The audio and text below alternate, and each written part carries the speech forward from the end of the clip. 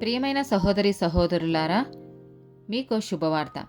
2025 సంవత్సరంలో మొత్తం 365 అంశాలను మీతో పంచుకోబోతున్నాము. జనవరి 1వ తేదీ నుండి ప్రతిరోజు ఒక అంశము మరియు దానికి సంబంధించిన వాక్యమును పంచుకుంటాము.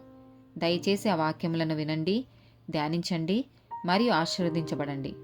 దయచేసి సబ్స్క్రైబ్ చేయండి మరియు మీ స్నేహితులతో పంచుకోండి. ధన్యవాదాలు.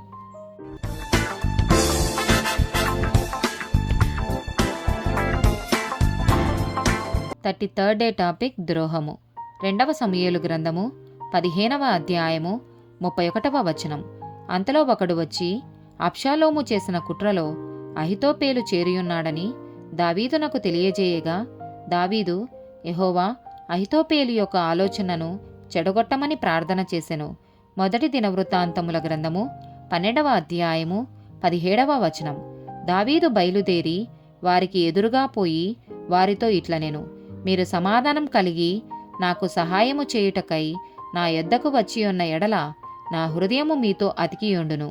అట్లుగాక నా వలన మీకు అపకారమేదియు కలగలేదని ఎరిగియుండియు నన్ను నా శత్రువుల చేతికి అప్పగింపవలెనని మీరు వచ్చియున్న ఎడల మన పితరుల యొక్క దేవుడు దీనిని చూచి మిమ్మును గద్దించునుగాక. మత్తయి సువార్త 10వ అధ్యాయము 4వ వచనం. కనానీయుడైన సీమోను, ఆయనను అప్పగించిన ఇస్కరియోతు యూదా.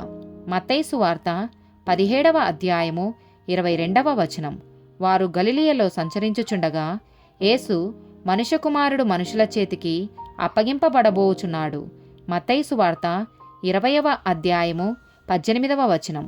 ఇదిగో యెరూషలేమునకు వెళ్ళుచున్నాము, అక్కడ మనుష్యకుమారుడు ప్రధాన యాజకులకును శాస్త్రులకును అప్పగింపబడును, వారు ఆయనకు మరణశిక్ష విధించి.